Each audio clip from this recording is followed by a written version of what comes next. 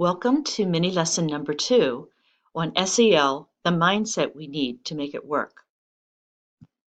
For the rest of the mini lessons in this session, we will be exploring some key components educators are considering as they build stronger opportunities for social emotional learning within their classrooms and coaching situations.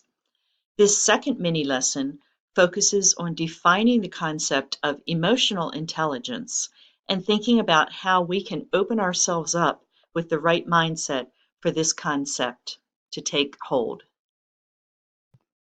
Daniel Goleman is the founder of the concept of emotional intelligence. Instead of just measuring IQ, or our intelligence quotient, he argued that we should measure how emotionally intelligent we are to really see how to thrive in this world. We all know people who are book smart or who have advanced degrees, but who are unable to really thrive in a profession or in interactions with others to be successful in our society. After this mini lesson introduction, you will have a chance to click on Goleman's website to read the short article to introduce his concept of emotional intelligence that some people call EQ. Then you can explore how he explains the emotional intelligence through a short video link at the end of the article about the crucial competencies of emotional intelligence.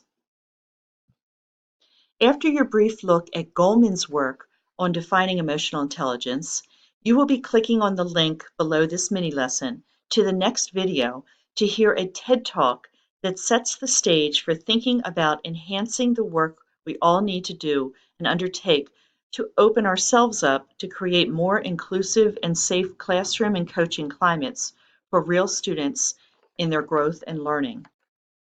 Brene Brown, a qualitative researcher and storyteller, will present her findings and the research on what it makes people ready to approach this whole idea of social emotional learning in a wholehearted kind of way, and how to incorporate the importance of being open and vulnerable as a teacher, coach, or person in any relationship.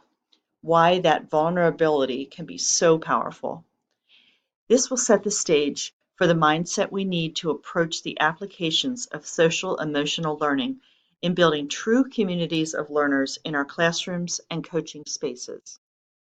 Now you will begin to watch the links below this mini lesson.